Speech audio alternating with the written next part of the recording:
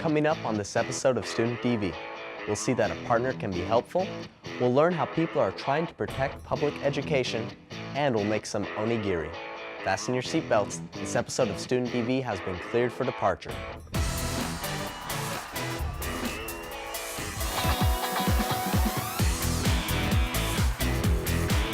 News team, assemble!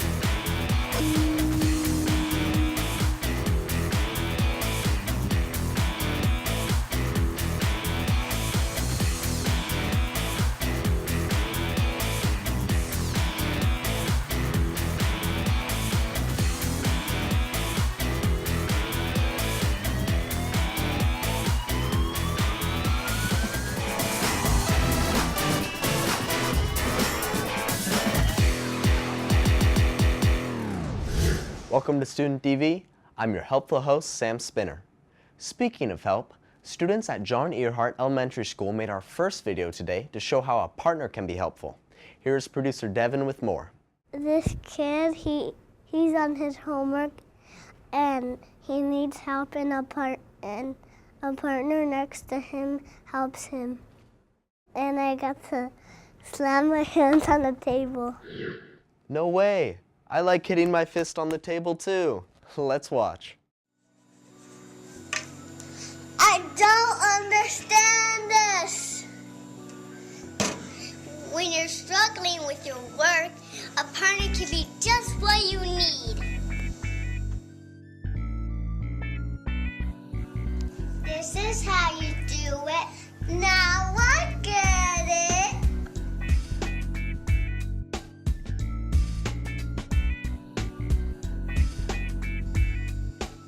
I learned a new way to do it. I like this way better.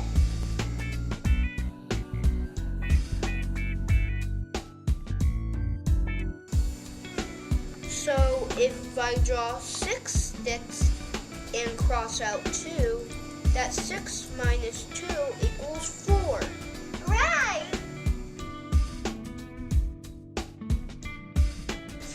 So when you're struggling with your work, find a partner.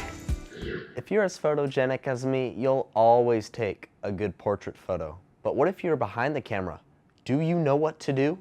Students from Toby Johnson Middle School are here to help. Let's go to Jamie. We were just thinking of ideas, and I don't know, I just thought of how to take a good photo, and then everyone liked it, so we just agreed on that. I like being in front of the camera and behind the camera. I don't know, I just like doing both. Say cheese. Hi, I'm Julia. And I'm Jamie. And we're going to show you how to take a good portrait photo. You will need a camera, a subject for your photo, and a tripod is optional. The first thing you want to do is make sure you don't have a messy or boring background. Don't forget to check the rule of thirds and make sure you have good headroom. The next step is to focus the camera on your subject. The next step is to make sure you have good lighting because you don't want a too dark or too light picture. Also check for any unwanted shadows. Make sure your subject is still so that your photo won't come out blurry. Now, after you've done all your steps, take your photo. Food allergies are becoming increasingly common today, so it's no surprise that our next video takes an in-depth look at the issue. Del Paso Manor Elementary School student Daniel tells us why this is an issue that hits close to home. I have food allergies myself, so I kind of came up with the idea, got some friends together. I thought, because they also have some food allergies, I thought, let's raise awareness, because there are a lot of people who don't know about it and don't know the severity of it, how bad it can be. My favorite part of the video, favorite part of technology is the editing. When you have the video, it's like that, and you just make it better. You do 100% you can on the video, 110% with the editing. Here is Food Allergies, the dangers at school. Hey guys, is the seat taken? No. Sit here. Yeah, you want to hurry up? Sweet.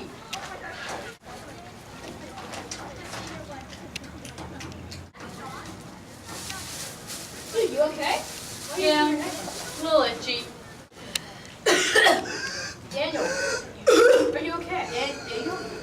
Oh, Daniel just had a very serious allergic reaction. Food allergies are a big problem all over the world.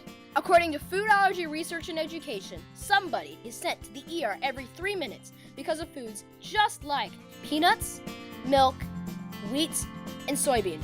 Students in my class have a variety of different food allergies. For this school year, I have a total of 4 out of 25 students that have food allergies in my classroom. 15 million Americans have food allergies. So, what are food allergies? And how do they work? Food allergies are a disease in which the immune system mistakes certain foods, such as maybe milk or soy or wheat, as a virus.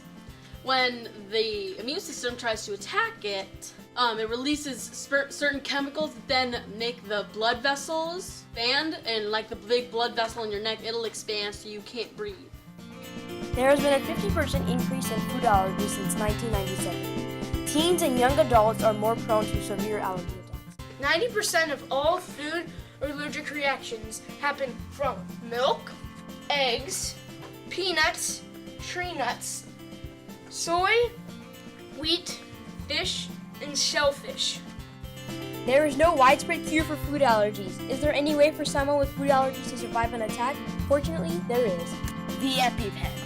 And an EpiPen, when you inject that into your leg, it releases epinephrine, which is pretty much pure adrenaline. The adrenaline then calms down your vessels and forces them to constrict.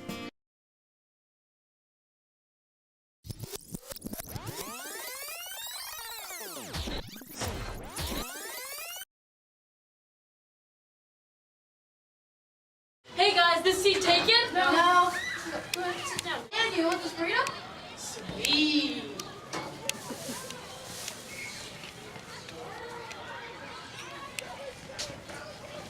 Hey, you okay? Yeah, a little itchy. Sure. Daniel, are you okay? It's having an allergic reaction. I'll get you a EpiPen. I'll call an ambulance. Do. Okay? Hold still for a little bit. Yes. I'm injecting this epinephrine, okay? Okay, call the ambulance. We're going. Come on. The office is right over here. Let's go, dude.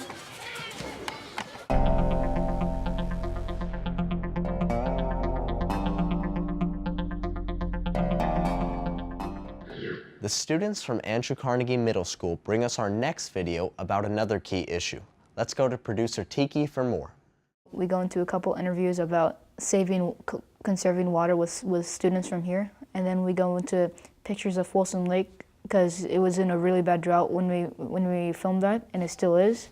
One of our editors went over to Folsom Lake with his family and took pictures, really good pictures of how Folsom Lake was really dry and not much water. And now, water conservation.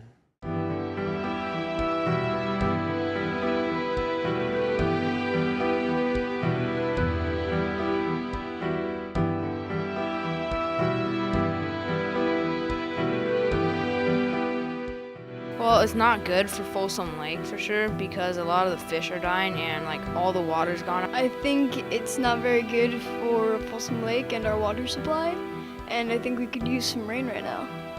I think it's a problem because if anybody's seen like an overhead view of Folsom Lake, it's almost like a puddle right now. It's not very much water.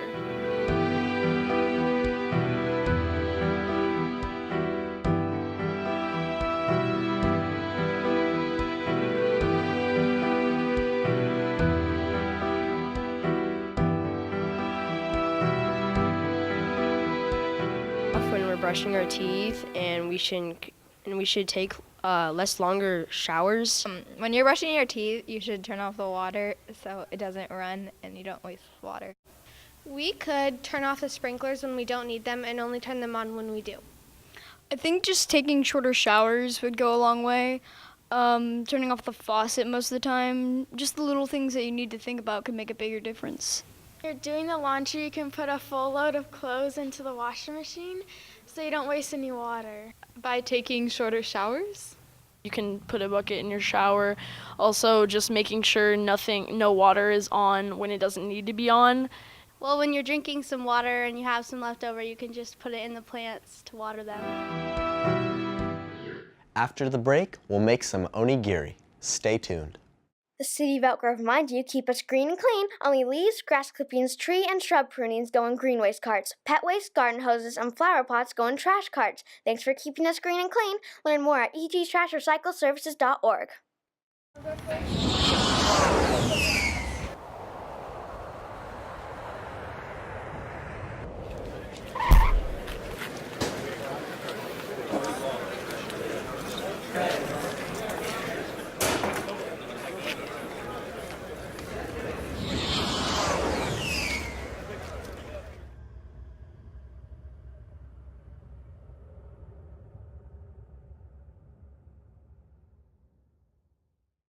Hi, I'm Mr. Leakey. Are you a gutter flooder?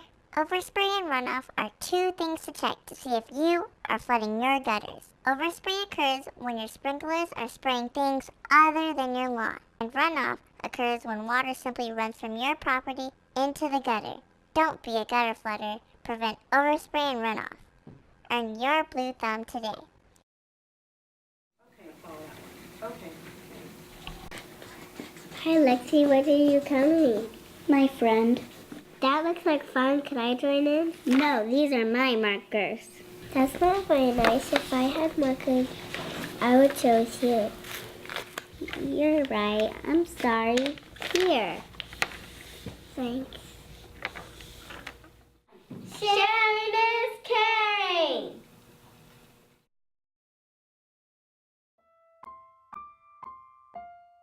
Not all dogs are loved and cared for like this dog.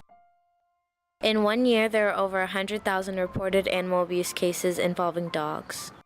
If you see or suspect animal abuse, You need to report it. report it. Report it. Report it. Report it. Call your local animal care center or police department. Speak up for the animals who can't speak for themselves. For more information, call or go to www.humanesociety.org or your local animal care center or police department. Welcome back to Student TV. All those PSAs made me a little hungry. How about a bite to eat? Here's Franklin High School student Joshua with suggestions about what might satisfy our hunger.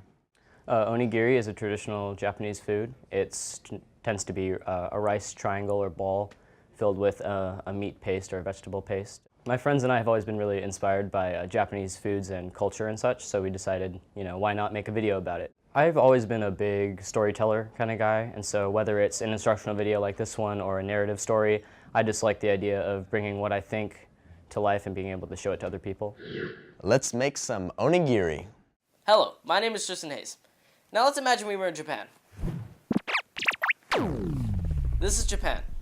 One of the first foods you will see here is onigiri, a traditional Japanese food, which is rice filled with a seafood filling surrounded by seaweed. Now, let's toss into my friends in the kitchen to see how to make this traditional Japanese food. Konnichiwa! My name's Connor, and I'm going to be cooking today. My name's Josh, and I'll be working the camera. And we're going to teach you how to make onigiri! Alright, and here are the ingredients right in front of me. So you'll need rice, water, salt, seaweed, mayo, and tuna.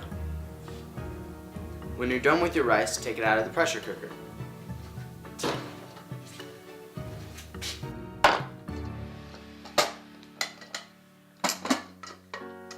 Now before you handle your rice, you want to make sure of two things. One, that it's cool enough, and it seems that it is.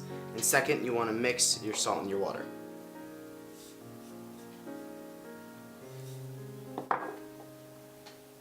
Alright, now you want to wet your hands with salt water so that your hands don't stick to the rice.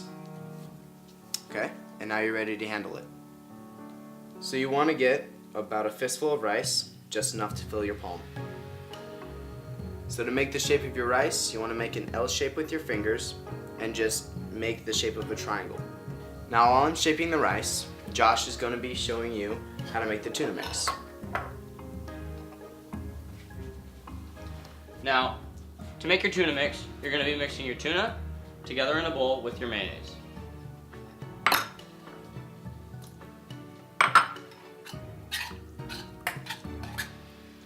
Now that we've shaped the rice, you're going to want to insert the filling. Thank you. Now that you've made your filling, what you want to do is use your thumb to make a little dent in the onigiri, just enough so that you can put your filling in, but not enough to break through. You can fill onigiri with different kinds of meats, such as beef and pork. You can also fill onigiri with different kinds of vegetables and mayonnaise. Now, all you have to do is cover it with a little more rice. And now that we've done this, we just take strips of seaweed, like I already have here, and cover the onigiri.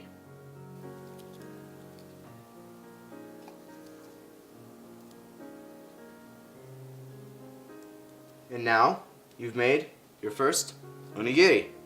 Hope you enjoyed. Now let's toss it back to the host. I love my job. I hope you all enjoyed our instructional video and have been inspired to make some traditional Japanese foods. Thanks for watching. Next up today, Winston Churchill Middle School teaches us how to study. But first, here is Allison with more. We just wanted to film a how-to, and so we just came up with the idea of how to study, and so we gave a lot of tips to help students at Churchill study. I think it's really fun because personally, I really like acting and editing and filming and all things like of the arts. And so I think it's really cool to have a class at school where I can do that. Let's check it out.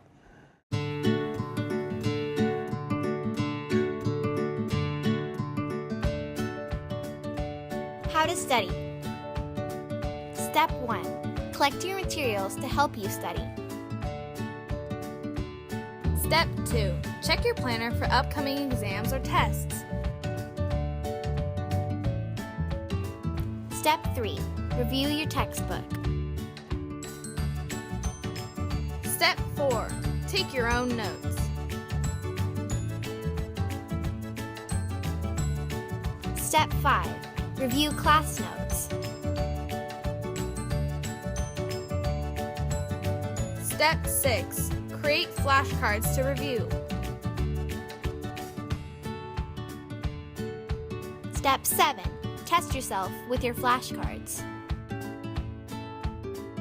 Step 8. Study with a partner.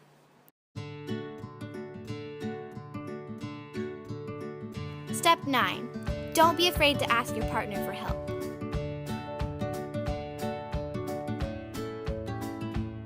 Step 10.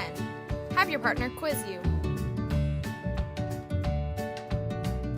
Step 11. Do and turn in all of your assignments for extra help.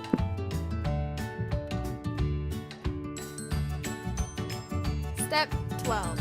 Search on the internet if something is unclear to you.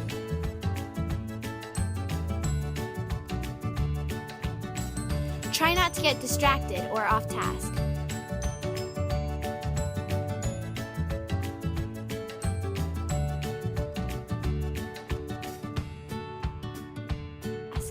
If things get frustrating, take a break so you don't overwork your brain.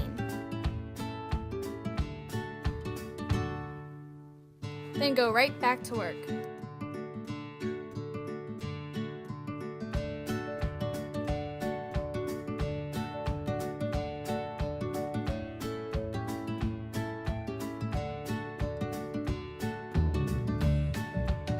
Good luck on your test!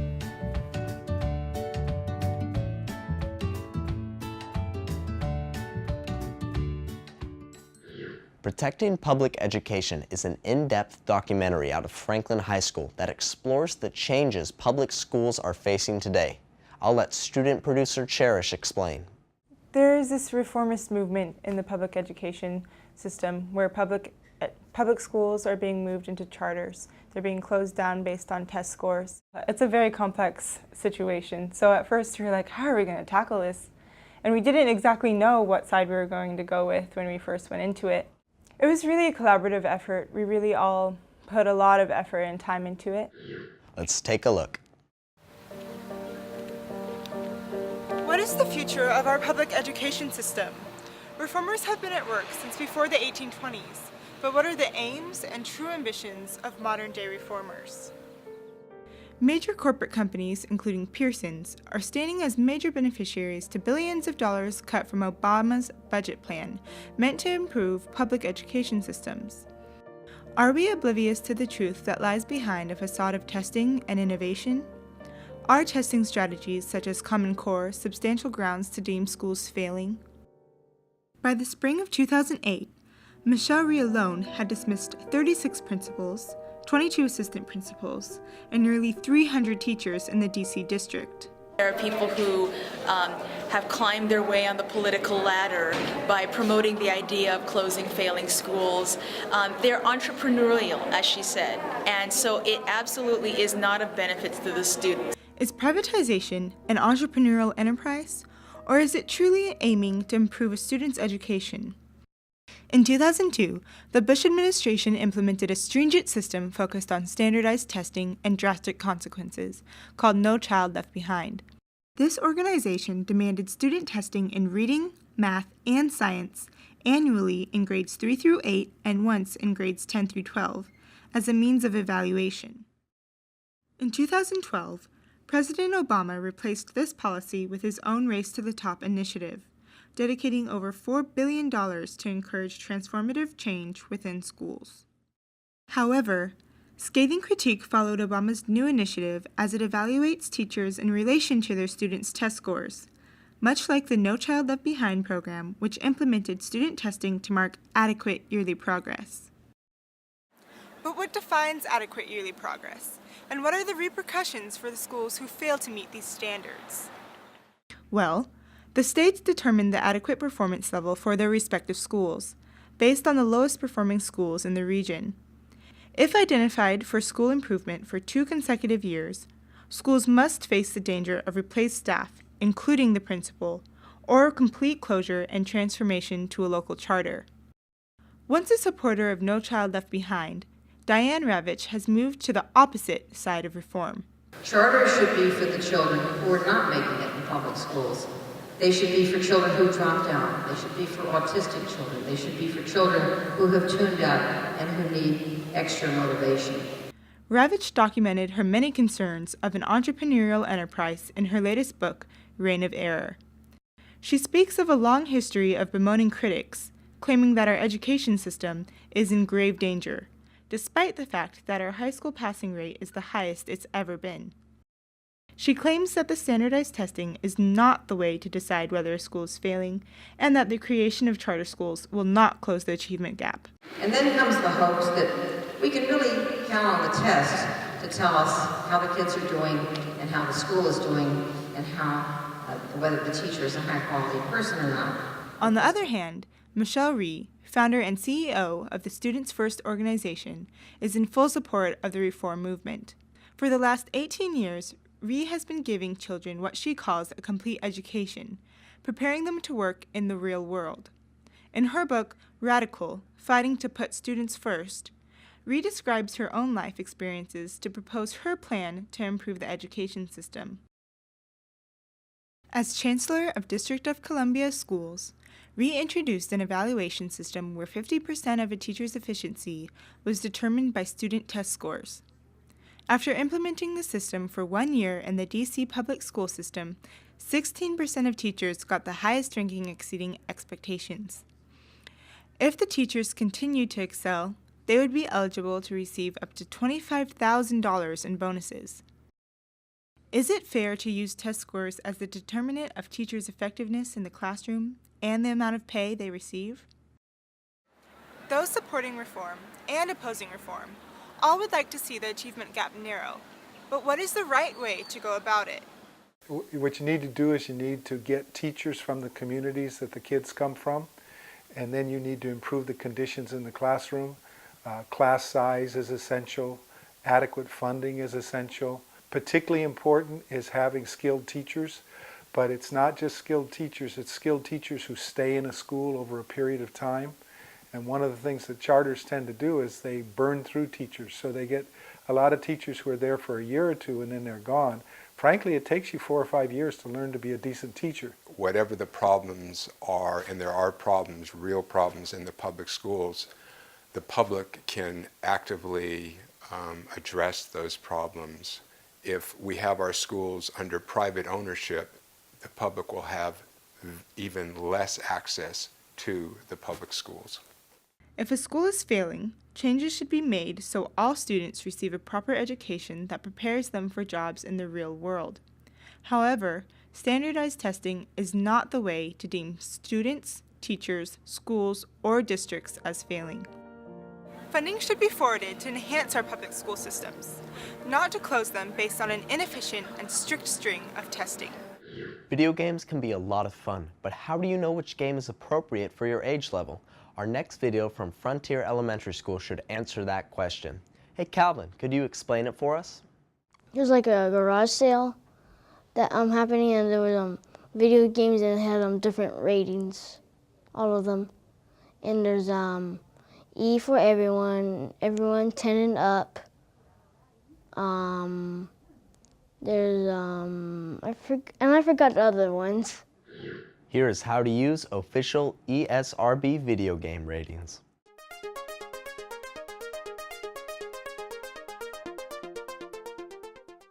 So there's like a garage sale.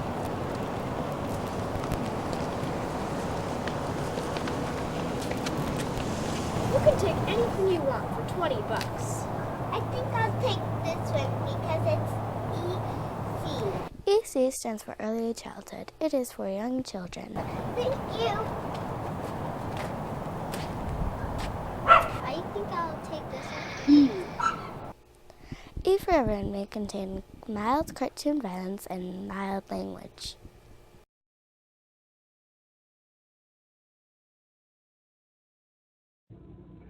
I'll take this one because it's E10 and up. E10 and up is for everyone 10 and up. It may contain cartoon violence, mild language, and minimal suggestive themes. I want to take this one, but it's rated M. M for mature is for ages 17 and up. It may contain intense violence, blood and gore, and strong language. Take it. It's okay. Are you sure? Sure. Okay. Take it.